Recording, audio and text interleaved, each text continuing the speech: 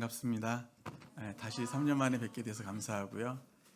또 예배할 때, 오늘 찬양할 때 우리 함께 주님 앞에 또 주님의 임재 가운데 나갈 수 있어서 얼마나 좋았는지 모르겠습니다. 우리 주님께는 박수 많이 하는데 우리 귀한 성도분들 함께 믿음의 길 가고 있는 우리 옆에 형제 자매님들에게 한번 좀 서로 환영과 격려의 응원의 의미로 한번 서로에게 박수하겠습니다. 할렐루야. 너무 좋습니다. 우리 예배에 대해서 오늘 제가 나누면서 특별히 요한복음 우리 읽었던 말씀 중에 아버지께 예배하는 것에 대한 이야기를 조금 더 강조해서 하려고 합니다. 보통 이 말씀하면 신령과 진정으로 예배하는 게 뭐냐 이 얘기를 되게 많이 하는데, 저는 하나님 아버지께 예배한다는 것에 대해서 좀 하면서 오늘 예배에 대한 이야기를 나누려고 합니다. 예배는 하나님과의 만남이죠. 사람끼리의 만남이라면 예배가 예배되지 못합니다. 왜냐하면 그건 세상 모임일 수 있지만 하나님을 만나는 시간이 바로 예배인 것이죠. 그렇게 하나님께 예배하는 공동체가 바로 교회인 것입니다. 때로 교회는 어떤 선교를 해야 된다라고 얘기하지만 사실 교회의 1차적인 임무는 예배입니다. 선교하는 이유는 그곳에 예배가 없기 때문에 선교하는 것이죠. 그리고 그들이 예배하는 것, 그것이 선교의 마지막 목표인 것입니다. 우리가 잘 아는 것처럼 예배의 유일한 청중은 하나님이십니다. 세상 음악회는 사람이 사람에게 뭔가 어떤 음악적으로 감동을 주려고 하는 것이지만 예배의 유일한 청중 한 분은 하나님이시죠. 오늘 성가대도 너무 귀하게 찬양해 주셨는데, 성가대든 찬양팀이든 또 회중에 앉아있던 우리 모두는 이 시간에 홀로 찬양을 받으시게 합당하신 그분을 향한 연주자들입니다. 우리 모두가 다. 왜냐하면 유일한 한 분이 그분이시기 때문에 그렇습니다. 하나님을 위한 것이 아니라면 예배가 아니죠. 어떻게 보면 또한 이 땅에서만 드리는 것이 아니라 그 나라에서도 영원히 하는 것은 예배입니다.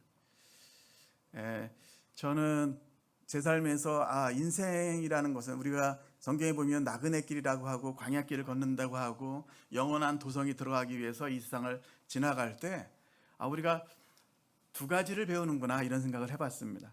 사랑하기를 배웁니다. 하나님을 사랑하기를. 세상의 어떤 것보다도 하나님을 사랑하고 또 하나는 이웃을 사랑하고 다른 영혼들을 사랑하는 것을 배우는 것. 때로는 나를 모함하고 오해하고 하는 사람이 참소하는 사람들까지도 사랑하기를 배우는 것이 인생이다, 그런 생각을 해봅니다. 또 한 가지는 예배하기를 배우는 것이다, 그런 생각을 해봅니다.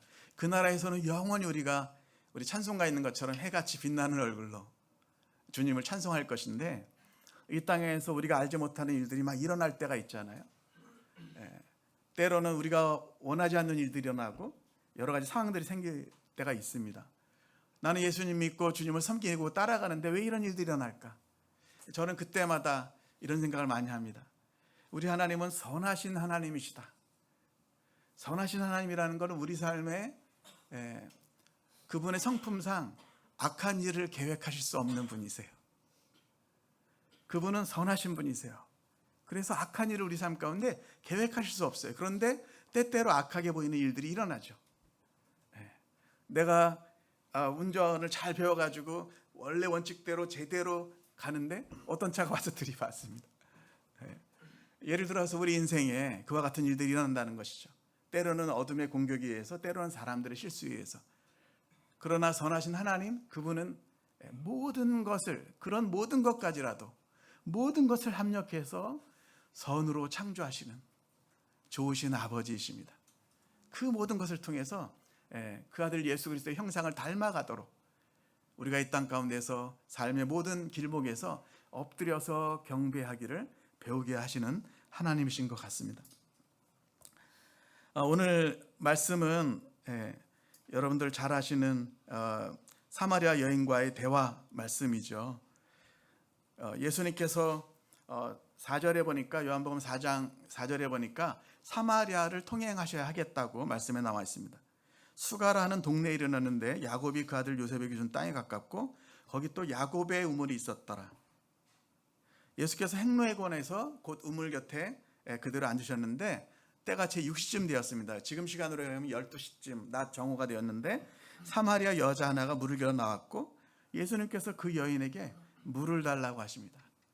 어떤 목사님이 이 대목을 너무 멋있게 표현하셨더라고요. 생수의 근원이신 주님이 삶의 그 비참함 가운데 하늘을 봐도 땅을 봐도 사람을 봐도 길이 없는 한 여인에게 나중에 오면 그 생수가 있다면 나에게 그 물을 좀 주셔서 내가 다시 여기 물길로 나오지 않게 해주세요라고 절박한 그 시대에 가장 아픈 한 영혼에게 나에게 물을 좀 달라고 하시는 예수님. 생수의 근원이신 주님이시지만 그분께는 모든 것이 있으시지만 때로 예배가 그와 같지 않을까 그런 생각을 해봅니다. 저희 집에 아이들이 넷이 있어서 제가 올 때마다 이를 썰렁한 농담을 하는데 아이들이 넷이 있어서 제가 사명자다 이런 얘기를 제가 하지 않습니까? 능력이나 경건성으로는 안 되지만 자녀 수로는 제가 사명자다 이렇게 얘기를 하는데 저희 막내 아이가 유엘입니다. 제가 한동안 분당에 살았던 적이 있었는데요. 서울에서 막 사역들을 하고 밤에 들어가면 11시 막 넘어서 들어가요. 그러면 저희 위에 세 아이들은 이미 다 쓰러져 있고 막내 아들 유엘이만 저에게 문 앞에서 제가 문 열고 들어가면 현관 문 앞에 나와가지고 기다려주는 것입니다. 그러면서 그 아이가 저에게 이렇게 얘기해요. 남자아이인데 유엘이 아빠 이거 먹어봤어? 이거 갖다 줄까? 이렇게 얘기합니다. 한 5살쯤 됐을 때. 얼마나 그때는 정이 많았는데 지금은 완전히 새 사람이 됐어요. 다른 영혼이 됐어요. 알지 못하는 영혼이 됐어요. 우리 집에서 가장 자유로운 영혼. 근데 그 아이가 그렇게 나와서 그런 얘기를 해줍니다. 그러면 저는 아빠로서 제가 성인으로서 제가 뭘 필요한지도 알고 어디 가면 그것을 얻을 수 있는지도 알죠. 그런데 지금 이 아이가 저를 생각해 주고 있는 것입니다. 저의 필요를 바라보고 사랑하기 때문에 아빠를 좋아하기 때문에 아빠 내가 이거 갖다 줄까? 5살짜리 아이가 남자아이가 그것도 저를 막 케어하면서 뭔가라도 뭘 하려고. 여러분 예배는 하나님은 불가능한 것이 없으시고 부족한 것이 없으세요. 그런데 우리가 그분께 예배할 때 주님은 체험을 받으세요. 기쁨을 받으세요. 왜냐하면 우리가 그분의 자녀이기 때문에 그렇습니다. 자녀이기 때문에 그 자녀를 사랑하시는 아버지의 마음 안에서 새로운 어떤 것들을 받으시는 것이죠. 예수님은 생수의 근원이셨어요. 그런데 행로의 곤에서 우물 곁에 앉아 계시다가 그 여인이 나왔을 때 물론 그 일로 말미암아서 그 여인 안에 필요한 절박한 그리고 아주 근원적인 그리고 이 여인만이 아니라 이 사마리아 여인을 대표하는 이 사마리아 지역에 있는 사마리아 성에 수많은 영혼들을 향한 구원의 초청이기도 했지만 내게 물을 달라고 말씀하십니다. 사마리아 여자는 대뜸 알아차립니다. 행색을 보니까 옷 입은 거나 여러 가지 걸 보니까 당신은 유대인인데 어찌해서 나에게 물을 달라고 합니까? 왜냐하면 그 당시에 경건한 유대인들은 이 사마리아 사람들을 정말 만나는 것 그리고 상종하지 않았습니다. 왜냐하면 혈통적으로나 종교적으로 그들은 불순하고 또 더럽다 이렇게 생각했기 때문에 만나지 않았던 것이죠. 예수께서 대답합니다. 여기 말씀해 있는 것처럼 유대인이 사마리아인과 상종치 아니하였는데 여자가 나에게 어떻게 나에게 물을 달라고 합니까? 여자가 얘기했을 때 네가 만약 하나님의 선물과 또 내게 물 좀 달라 하는 이가 누구인 줄 알았다면 내가 그에게 구하였을 것이요 네가 그에게 구하였을 것이요 그가 생수를 내게 주었으리라. 여자가 대답합니다. 이 우물은 깊고 물 기를 그릇도 없는데 어디서 생수를 얻겠습니까? 결과적으로 나중에 예수님께서 이 물을 먹는 자마다 다시 목마르겠지만 내가 주는 이 생수를 마시면 다시 목마르지 않을 것이다. 이 여인의 그 근원적인 어떤 질문이 있었습니다. 근원적인 어떤 구함이 있었습니다.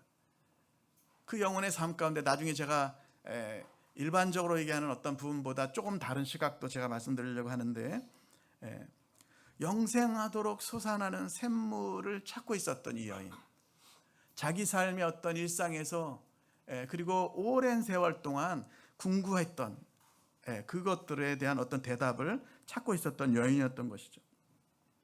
대화가 이어질 때 이 예수님께서 이렇게 얘기합니다.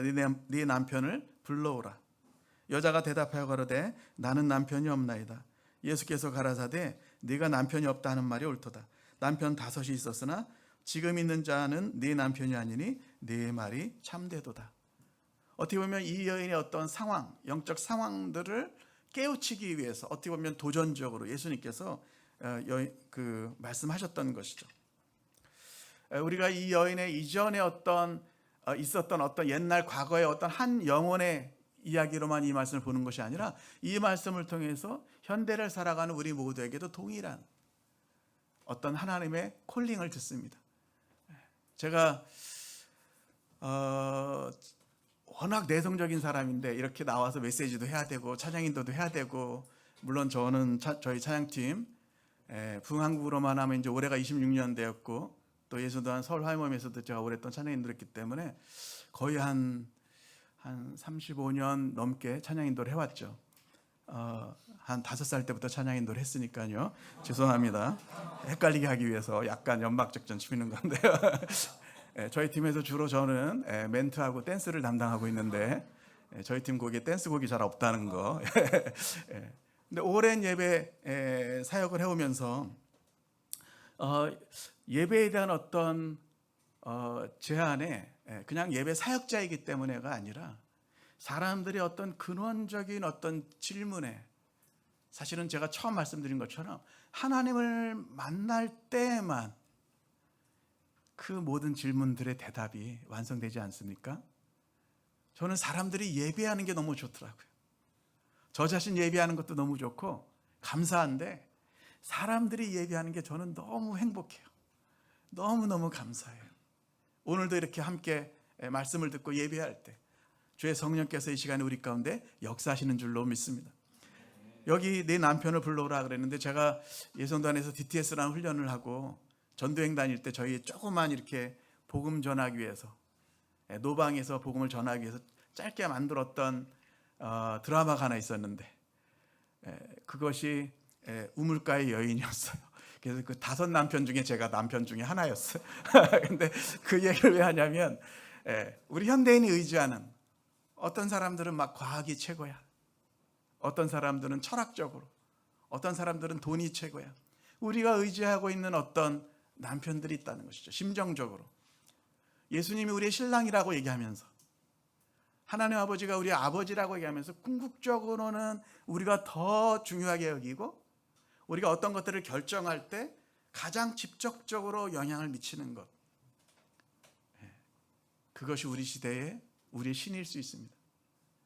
때로는 아주 경건하게 헌신한 사람들 중에서는, 하나님, 나는 평생 주님을 위해서 이런 걸 할 텐데 주님, 나는 다 괜찮습니다. 돈도 뭣도 다 필요 없습니다. 그런데 요거 한 가지는 주셔야 해요.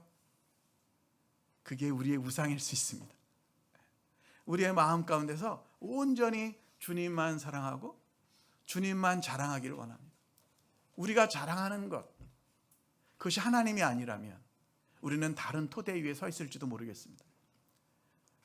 나는 내 평생의 삶에 이것을 했어, 어떤 것, 하나님이 아닌 다른 것을 자랑하는 것 자체가 우리가 올바른 예배자의 위치에서 약간 어긋나 있다, 그렇게 볼 수도 있겠습니다.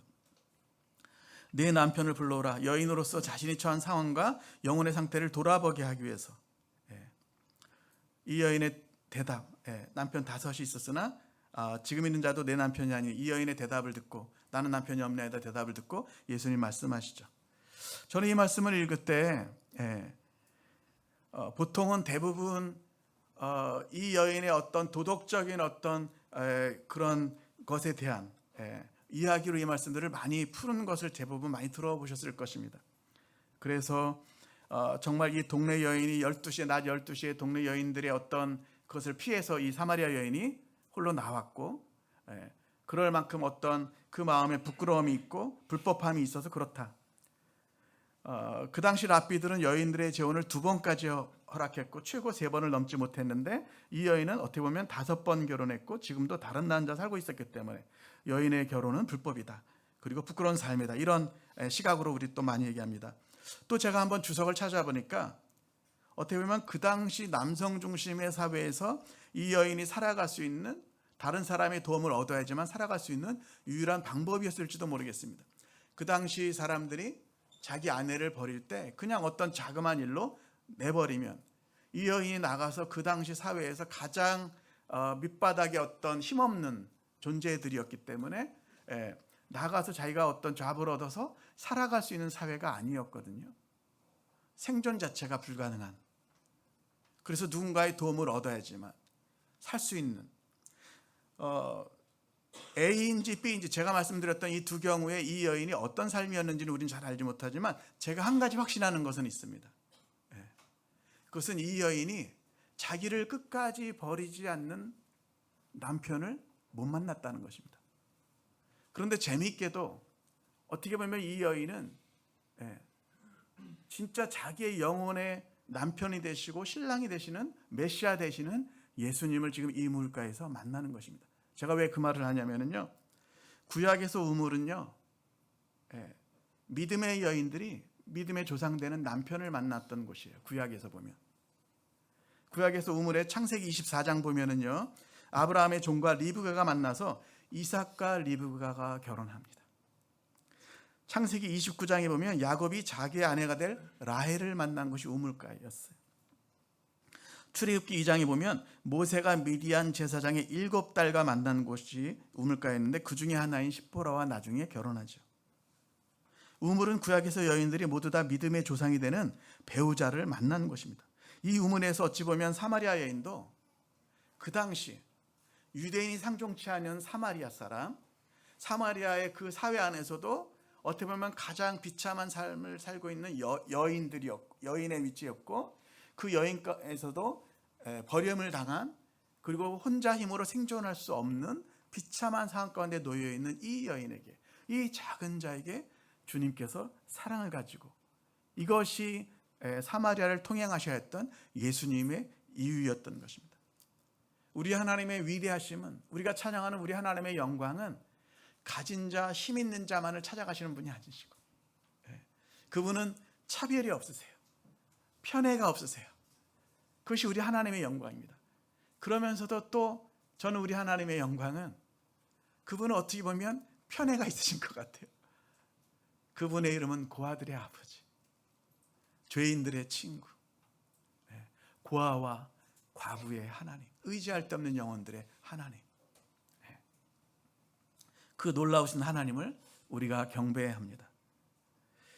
특별히 이 말씀 중에 이 여인이 이런 대화가 이어지는 가운데 참 제가 볼 때는 특이한 질문을 하나 합니다. 예수님께. 우리 조상들은 이 산에서 예배한다고 하는데, 이 그리심산에서 BC 4세기경에 이 사마리아 사람들은 유대인들과 대적하면서 그리심산에 성전을 만들었거든요. 이 산에서 예배한다고 하는데 당신들은 저 예루살렘에서 예배한다고 합니다. 유대인들은 어디서 예배하는 게 맞습니까? 라고 질문합니다. 저는 이 질문이 되게 낯설었습니다. 여태까지 예수님과 어떤 개인적인 이야기들을 막 나누는데 갑자기 이 여인이 예배 얘기를 꺼냅니다. 저는 이게 이해가 안 됐어요. 많은 분들이 이 본문을 가지고, 저도 예배 세미나에서 듣고 많은 분들 얘기를 듣지만 저는 이 대목이 참 이해가 안 됐습니다. 왜 여인이 갑자기 예배의 얘기를 꺼냈을까? 여러분, 이 예배의 이야기는 이 여인에게는 그 영혼의 인생의 본질적인 질문과 닿아 있는 질문입니다.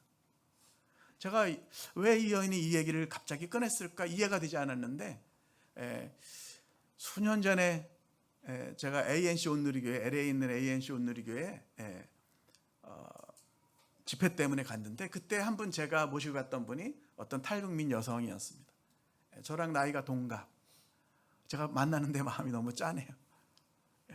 동갑내기, 같은 해 같은 달에 태어났는데 이 자매는 저 아버지 온성에서, 왜냐하면 아버지가 국군 포로로 끌려갔던 1953년 종전되면서 충청도에서 예수님 믿던 아버지셨는데 끌려갔던 아버지가 낳은 딸이거든요. 너무 마음이, 제가 이 자매를 처음 볼 때마다 보자마자 그런 마음이 있었는데, 이 자매의 간증을 그 ANC 온누리교회에서 하셨어요. 근데 그 자매가 이 요한복음에 대해서 얘기한 것이 아니고 자기의 삶의 어떤 상황들, 북한에 있었을 때 상황들을 얘기하는데 제가 갑자기 이 말씀이 이해가 되졌어요. 왜 여인이 그 질문을 했을까? 이분이 이런 얘기를 했습니다. 자기가 그 간증하는 중간에 나는 북녘에 있었을 때, 북한에 있었을 때 하늘을 봐도 땅을 봐도 사람을 봐도 길이 없었습니다. 제가 그 얘기를 하는데 이 사마리아 여인이 생각이 났어요. 이 여인은 길을 찾고 있었던 거예요. 여러분, 예배한다는 것은 뭡니까? 하나님을 만나고 하나님으로 말미암아서 인생의 모든 답들을 찾아가고, 이 여인은 이 비참한 삶 가운데서 출구가 없었어요. 하늘을 봐도, 어찌 보면 사마리아인은 그런 동일한 표현을 하지 않았지만, 그런 말씀이 나오지 않지만 심정적으로 저는 그렇게 해요. 이 여인은 자기의 이 비참한 삶에서 구원해 줄 메시아를 기다리고 있었고 하나님을 찾고 있었던 거예요. 어디 가서 예배해야 됩니까? 그 얘기는 내가 어디 가서 죄를 용서받고 그 하나님을 만남으로 내 삶에 죄를 용서받는 것뿐만 아니라 진정한 영생의 삶을 누리고 내 삶이 회복될 수 있겠습니까? 라고 질문하고 있었던 것이죠. 여러분, 우리는 이렇게 자유로운 나라에서 태어나서 예수님을 알고 하늘아버지를 경배할 수 있는 너무 놀라운 특권을 갖고 있습니다. 이슬람권의 나라의 사람들을 생각해 보세요. 힌두권의 나라의 사람들을 생각해 보세요. 공산권의 나라의 사람들을 생각해 보세요. 예배한다는 것 자체가 꿈꿀 수도 없는, 한번 들어보지도 못하고 죽어가는 수많은 영혼들. 이 사마리아 여인도 어떻게 보면 그와 비슷한 상황 가운데서 예배해야 된다는 것을 알았지만, 그래서 어디서 예배해야 합니까? 라고 묻고 있었던 것이라고 저는 그렇게 생각이 되어집니다. 어디서 예배해야 합니까? 내가 어디를 가야 하나님을 만날 수 있고 그 하나님으로 말미암아 내 인생에 다시 회복이 일어나고 정말 인생의 의미들을 찾을 수 있겠습니까? 라고 질문했다고 저는 믿습니다. 예수님께서 대답하십니다. 이 산에서도 말고, 사마리아 이 그리심 산에서도 말고, 너희 조상들이 대대로 가르쳤던, 왜곡해서 성경 말씀과 다르게 이제 저 예루살렘에 가지 않아도 돼, 여기서 예배하면 모든 것이 다 돼 라고 얘기하는, 성경은 그렇게 얘기하지 않았는데 옛 언약에서, 구약에서 여기서 예배해도 돼 라고 얘기하는 이 산에서도 말고 예루살렘에서도 말고 아버지께 신령과 진정으로 예배할 때가 왔다고. 아멘이십니까? 그 놀라운 축복을 우리가 받아서 우리도 자유롭게 어느 곳에서나 주님 앞에 손을 들고 또 함께 모여서 공동체로 예배할 때마다 주님 부어주시는 은혜 가운데, 그 임재 가운데 들어가는 줄로 믿습니다. 아멘이십니까? 우리의 자녀들도 그렇게 되기를 원합니다. 아멘. 다 나누진 않지만 사마리아 그리심산의 예배는 잘못된 지식과 전통 위에서 드려지는 예배였습니다. 성경을 왜곡했고 어떤 분파주의적인 어떤 그런 시각 안에서 발전시켰던 그들의 역사 안에서 전통이 있었고, 그것은 성경과 다른 지점으로 나아갔었던 영역들이 분명히 있었던 것이죠. 그들은 특별히 열왕기상 12장에 보면 북이스라엘 왕 여로보암이 자기 백성들이 예루살렘에 가서 경배하면 그 마음들이 유다의 왕 르호보암에게 돌아갈 것을 우려해서 두 금송아지를 베델과 단에다 설치하고, 이것이 너희 하나님이다, 여호와 하나님께 저 예루살렘에 가서 예배할 필요가 없다, 여기서 예배해라. 확실하게 다른 우상 숭배를 예루살렘에서 유월절을 대신하게 만들어버리기도 했었고요. 여러 가지, 또 아수르에서 멸망당했을 때는 사람들을 피해서 다른 지역으로, 메소포타미아 지역으로 이주하고 그곳에 있는 사람들을 데려다 놨기 때문에 혈통적으로도, 그러면서도 그들이 자기들의 신을 가지고 왔습니다. 그들은 그래서 여호와 하나님도 나중에 제사장을 보내서 또 여호와 신앙을 가르쳤기 때문에 여호와 하나님도 예배하면서도 자기들이 데리고 왔던, 가지고 왔던 어떤 신들도 하면서 섬기면서 완전한 우상 숭배의 어떤 혼합 종교 가운데 있기도 했었던 것이죠.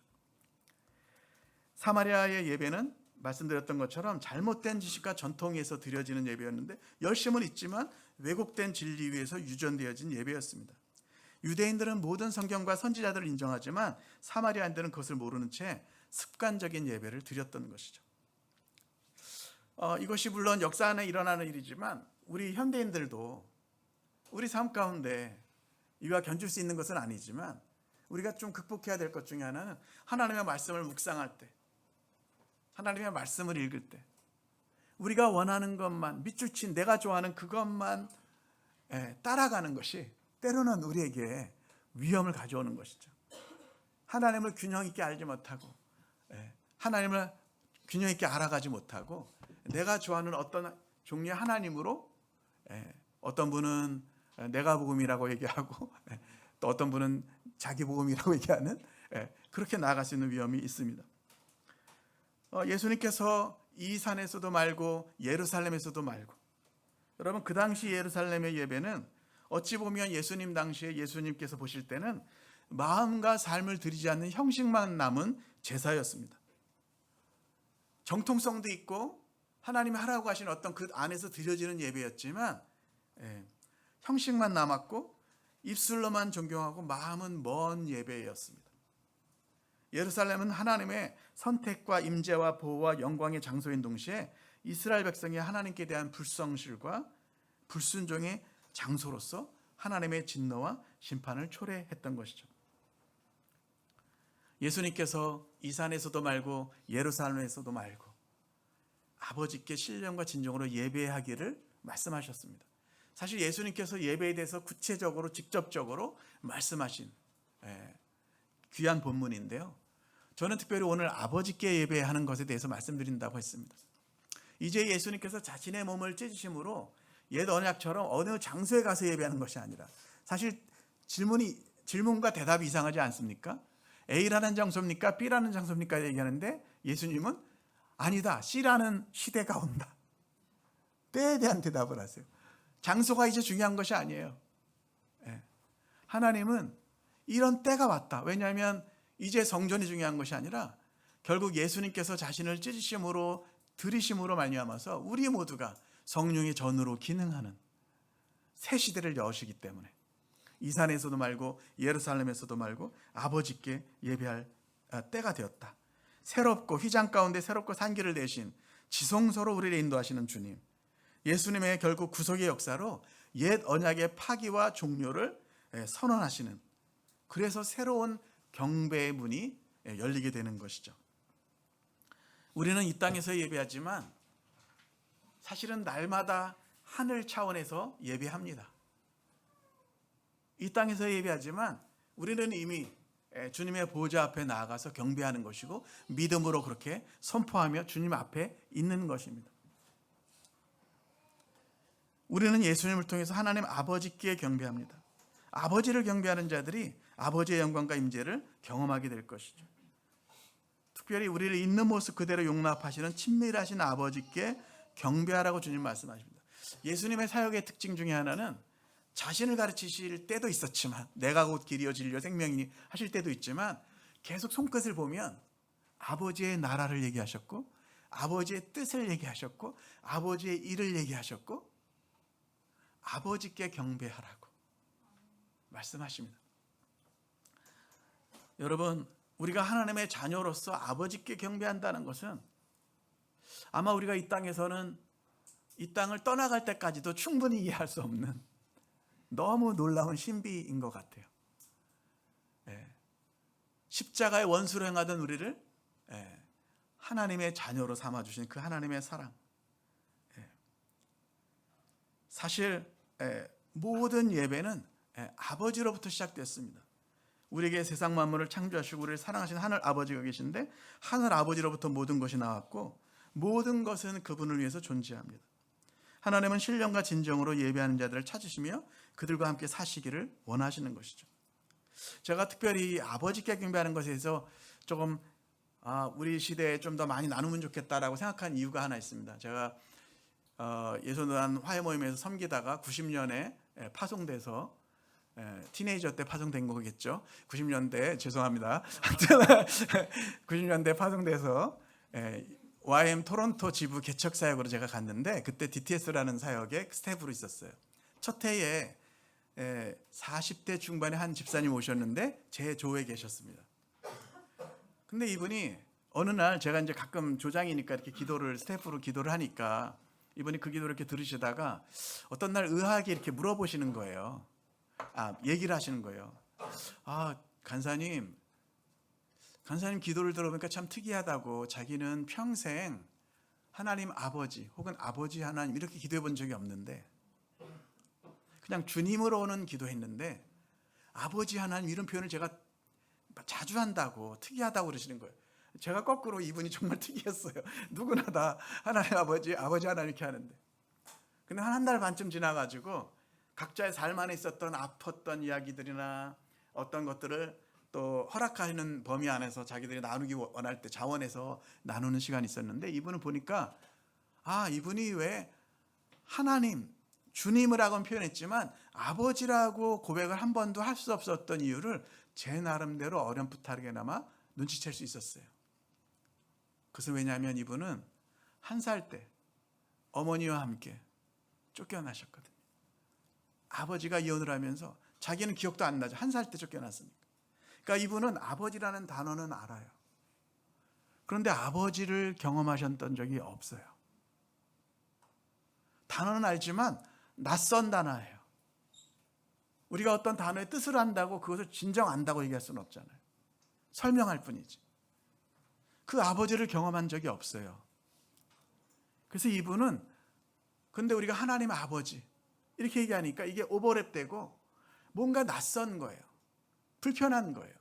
그래서 주님이라고는 고백하는데 아버지로는 한 번도 고백하지 못했다는 거죠. 시편 103편에 보니까요, 아버지가 자식을 긍휼히 여김 같이 우리를 긍휼히 여기시는 아버지가 나오세요. 1절부터 보면 내 영혼아 여호와를 송축하라 쭉 말씀이 나오다가 그분은 은혜로우시고 자비하시고 노하기를 더디하시고, 하나님 아버지의 성품이 나옵니다. 노를 항상 경책치 아니하시고 노를 영원히 품지 아니하시는 아버지. 아비가 자식을 불쌍히 여김 같이 긍휼히 여기시는 아버지시다. 사실 저도 저희 아버지가 저를 품에 한 번도 이렇게 안아주셨던 기억이 없는 사람이에요. 그렇지만 저희 아버지, 제 기억 중에 저희 아버지 말 그대로 슬하해서 제가 무릎에서 막 이렇게 어리광피고 했었던 어떤 기억은 있고, 저희 아버지가 제가 캐나다로 파송받을 때 공항에 나와서 눈물 글썽하셨던 아버지.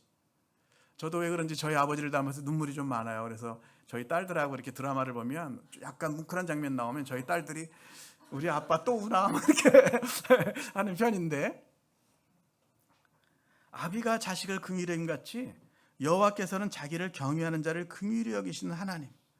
그는 우리의 체질을 아시고 우리가 단지 먼지뿐임을 기억하심이로다. 나도 나 자신을 모를 때가 있는데 하나님 아버지께서 우리를 아신다고 말씀하세요. 왜냐하면 우리를 지으셨기 때문에. 제가 참 좋아하는 말씀 중에 하나가 요한복음 스바냐 3장 17절입니다. 예전에 이 말씀으로 노래가 있었잖아요. 너의 하나님 여호와가, 이 노래 있었잖아요. 제가 첫 아들을, 저희 아들 큰아들 이름은 요한입니다. 고요한. 중학교 때 자기 짝 이름은 조용한이었어요. 조용한과 고요한이 만났지만 조용하지만은 않았다는 그런 설이 있습니다. 근데 이 요한이를 제가 토론토에서 처음, 토론토 YM에서 일할 때 나와서 집에 데려왔는데, 제가 얘를 침대에 안아주다가 눕혀놓고 많이 울었어요. 첫 번째, 우리 육신의 아버지가 생각이 나서, 제 아버지가 생각이 나서. 제가 이 아들을 보는데 너무 귀하고 사랑스러운 거예요. 봐도 또 보고 싶고 또 보고 싶고, 너무 애가 웃으면 막 너무 감사하고. 즉각적으로 생각난 게 뭐냐면요, 바로 그 순간 한국에 계신 아버지가 나를 이렇게 보고 싶으시겠구나. 한국에 계신 내 아버지가 나를 이렇게 보고 싶으시겠구나 생각이 났어요. 그리고 두 번째로 곧 이어서 하나님 아버지가 나를 이렇게 보시겠구나. 나는 보잘것없는 것 같고 나는 귀한 것 같지 않고, 저는 예수원단에 있을 때도 하나님, 저분들은 저렇게 신령하고 저분 경건한데 저분들은 쓰실 수 있겠지만 저는 못 쓰실 것 같아요. 늘 비교하고 열등감 가운데 있었던 저예요. 근데 하나님이 나를 이렇게 사랑하시겠구나. 여기 스바냐 3장 17절에 보니까 그가 너로 말미암아 기쁨을 이기지 못하시며 너를 잠잠히 사랑하시며 너로 말미암아 즐거이 부르며 노래해 주신다는 거예요. Singing with joy. 기뻐서 노래해 주신 하나님. 제가 큰아들 요한이를 안고 막 노래를 했어요. 무슨 노래를 불렀는지 기억 못하지만 노래했다는 사실은 확인해요. 둘째 딸, 셋째 딸은 밴쿠버에서 낳았어요. 그 딸 아이를 안고 제가 노래해 줬어요. 마지막 막내는 서울에서 낳았는데 막내 요엘이를 낳았을 때는 제가 거의 랩을 하고 있었어요. 이성을 잃고 말도 안 되는 랩을 막 하고 있었어요. 우리 요엘이 막 이러면서. 그래서 주님의 마음을 제가 조금 이해할 수 있어요. 하나님께서 우리를 사랑하시고 즐거이 부르시면서 기뻐하시는 모든 인류에 대해서 하나님께서 노래 불러주시는 하나님. 저는 예배가 뭐냐라고 얘기하면요, 하나님 아버지께서 예수 그리스도로 말미암아 확증하신 우리를 향해서 불러주신 그 노래. 내가 너희들을 사랑한다. 너희들은 특별한 존재들이다. 너희들은 나의 자녀들이다. 우리를 향해서 그 불러주신 노래를 들은 사람들이 주님께 불러드리는 것이, 반응하는 것이 전 예배라고 믿습니다. 말씀을 마치면서 한 5분 정도만 더 나누려고 하는데요. 제가 처음 시작할 때 시간을 안 봤어요. 근데 지금 그 정도 되나요? 아니면 다 됐나요 이미? 괜찮습니다. 그냥 빨리 어떤 정리를 해보겠습니다. 아버지께 예배할 때 주시는 특권이 있어요. 저는 오늘 이걸 강조하고 싶은데, 신령과 진정으로 우리 몸 영으로 진리로 말씀 안에서 정말 온 마음과 뜻과 힘과 정성을 다해서 우리가 하나님을 예배해야 되죠. 그런데 특별히 아버지께 예배한다라고 하는 이 초점 안에서 제가 좀 오늘 강조하고 싶은 것은, 아버지께 예배할 때 우리는 정말 하나님의 자녀되는 권세 안에서 행하게 됩니다. 여러분, 우리가 하나님 아버지를 예배할 때라야 우리가 누구인지를 알 수 있어요. 모든 인류는 하나님 아버지를 예배할 때라야 자기가 누구인지를 깨달을 수 있어요. 공산주의가 규명하는 인간이 아니고, 이슬람권에서 얘기하는 그런 인간관이 아니고, 힌두에서 얘기하는 어떤 그런 것이 아니라 하늘 아버지를 예배할 때라야 정말 우리는 하나님 아버지의 형상대로, 하나님의 형상대로 지음받은 존귀한 영혼들인 것을 깨달아 알 수 있죠. 자기의 아이덴티티를 아는 것뿐만 아니라 하늘 아버지 앞에 그렇게 연결돼서 하나님을 만나는 예배 가운데, 그 관계 가운데 있을 때라야 우리 삶의 데스티니도, 우리 삶의 운명, 부르심, 목적, 무엇을 위해서 살아야 하는지 깨닫게 되는 것이 전 예배라고 믿습니다. 하나님의 자녀되는 권세로 행하는 것이죠. 또한 두 번째로, 그렇게 하늘아버지를 예배할 때 그 하늘아버지의 능력이 우리 삶에 나타납니다. 하나님의 통치권이 회복되죠. 잭 헤이포드라는 목사님이 그의 책 Worship His Majesty, 우리나라는 경배라는 제목으로 나왔는데요. 조이 출판사인지 어디서 나온 것 같은데, Worship His Majesty, 이분이 영광의 주님 찬양하세, 이 노래 만드신 분이에요. 그 노래 제목과 똑같은 책에, 경배라는 책에 이분이 이렇게 쓰셨습니다. 잭 헤이포드라는 목사님이, 세상을 통치하는 특권은 하나님께서 우리에게 주셨지만 그 통치를 수행할 힘은 하나님과의 기본적인 관계에서 나온다. 교회는 하나님을 경배함으로써 세상을 통치할 능력을 얻는다. 여러분, 예배에는 가장 중요한 것은 여태까지 강조했던 것처럼 하나님께 드리는 것이, 하나님을 위한 것이에요. 그런데 그 예배의 또 다른 측면은 뭐냐면, 하나님께 드리는 만큼 하나님께서 부어주신다는 것이에요. 세상을 통치할 비전과 그것을 실제적으로 이룰 수 있는 파워를 부어주시는 시간이 예배 시간이에요. 저는 저희 아이들 넷을 정말 그렇게 성령 충만하고 깊은 예배가 있는 곳에서 자라나기를 위해서 기도했었어요. 하나님께서 지금 또 밴쿠버 한 교회에서 또 그렇게 인도하신 걸 제가 느끼면서 더 감사했는데, 저희 기도는 그것이었어요. 하나님, 제가 이 아이들보다 먼저 떠날 텐데 하나님께서 이들의 아버지가 되어주시고, 이들이 예배 가운데서 정말 자기가 누구인지 무엇인지를 깨달아 알게 되고, 그것을 위해서 데스티니를 깨닫고 나가게 된다면 저는 여한이 없습니다. 왜냐하면 오랜 사역 가운데서 저는 말씀과 성령 안에서 드리는 이 예배 가운데서 그 일이 일어난다는 것을 배웠으니까요.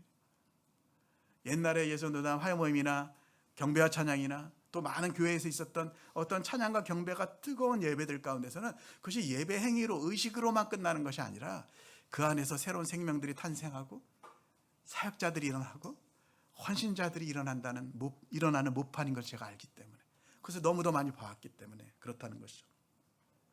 그래서 예배의 목적은 하나님의 왕국과 능력이 교회 전체에 임하고 교회를 통해서 세상으로 확장되는 것이다. 예배를 통해서 그리스도인들, 즉 교회는 다시 한번 자신을 향한 목적과 부르심을 향해서 해방되는 것이 예배다는 것이죠. 이키핑됩니다. 함께 예배할 때 하나님께서는 우리를 채워주시고 세워주시고 온전케 하셔서 세상의 빛들로 나타날 수 있도록 하나님의 통치권이 권세가 부어지는 시간이 바로 예배 시간인 것이죠. 세 번째로 예배할 때, 하늘 아버지를 예배할 때 하나님을 닮아갑니다. 그분은 진리의 하나님이시고 진실하신 하나님이세요. 영원히 서 있는 하나님의 말씀, 그것을 배우고 먹고 그 하나님 앞에 경배한 사람은 거짓말을 할 수 없습니다. 삶의 다른 태도를 가질 수가 없습니다. 우리가 용서하신 하나님을 경험했다면 우리는 삶 가운데서 난폭하고 폭력적일 수 없습니다. 왜냐하면 예배자는 예배자를 닮아가는 것이 지극히 정상적이기 때문에 그렇습니다. 예배자로 나갈 때 하나님의 자녀로서, 하나님의 군사로서 우리는 정말 우리가 오늘 노래한 것처럼 별과 같이 빛나는, 이 세상에서 빛나는 존재들로 살아가게 되는 것입니다. 마지막으로 그 아버지 하나님을 경배할 때 우리는 이 세상에서 그 아버지와 함께 동역하는, 이 세상에서 새로운 역사를 창조하는 이 지상의 대리인으로서, 하나님의 자녀요 군사로서 살아가게 된다는 것입니다. 여러분, 2016년인가 저희 팀이 전 세계에 있는 한인 선교사 대회에 참석해서 찬양에 노래했는데, 그때 마침 저랑 성이 똑같은 고석자 희자 고석희 목사님이 나오셔서 메시지를 하셨는데 처음에 썰렁한 농담을 하시더라고요. 저는 처음 뵀는데 당신께서 저는 러시아의 문학과 예술을 좋아해서 제 이름은 고석희가 아니고 고스키입니다, 이렇게 썰렁한 농담을 하셨는데, 그럼에도 불구하고 그분이 하셨던 아주 가장 참 좋았던 메시지는 그런 이해들이 있었지만 제가 그분이 말로 표현하실 때 정말 좋아서 제가 집회 때마다 나누는 것이 있어요.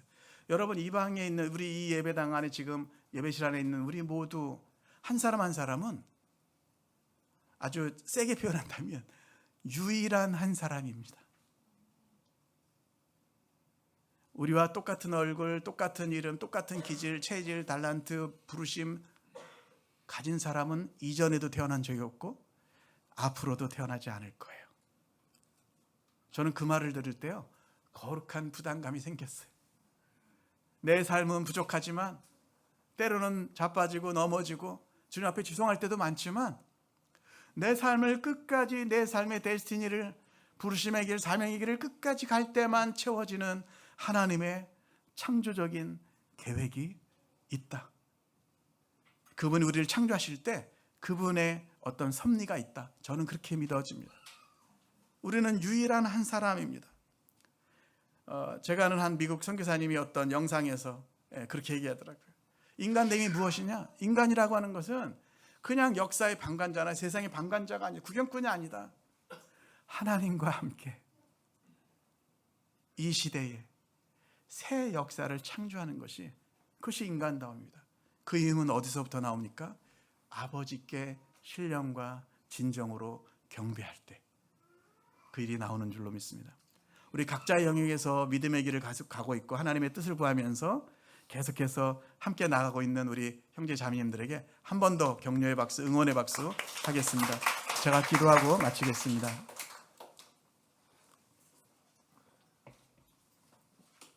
하나님 아버지, 지금 이 순간에도 이 한반도의 남쪽에도 북쪽에도 온 열방 가운데에서도 하나님 사마리아 여인처럼 하늘을 봐도 땅을 봐도 사람을 봐도 길이 없다고 느끼는, 갇혀 있는 것 같은 그 비참함 가운데서 누가 나를 구원할까? 인생의 의미는 무엇일까? 아픔 가운데는 수많은 영혼들이 길을 찾고 있습니다. 주님, 우리가 이곳에서 예배할 때마다 하늘에 불을 주셔서 누구도 꺼뜨릴 수 없는 그 하늘의 불로 하나님 우리의 가슴에 불을 질러 주셔서 세상을 향한 빛으로 우리가 타오를 수 있도록 도와주시고, 아버지를 닮아서 이 세상 가운데서 하나님 또한 선한 행실로 아버지께 영광을 돌릴 뿐만 아니라 이 시대에 하나님 하시려는 일을 위해서 수종드는 하나님의 자녀 되는 권세 안에 충만할 수 있도록 아버지 역사하여 주시옵소서. 우리 드림의 교회를 축복하여 주십시오. 이 귀한 교회 계속해서 기름 부어 주시옵소서. 감사드립니다. 예수 그리스도의 이름으로 기도합니다. 아멘.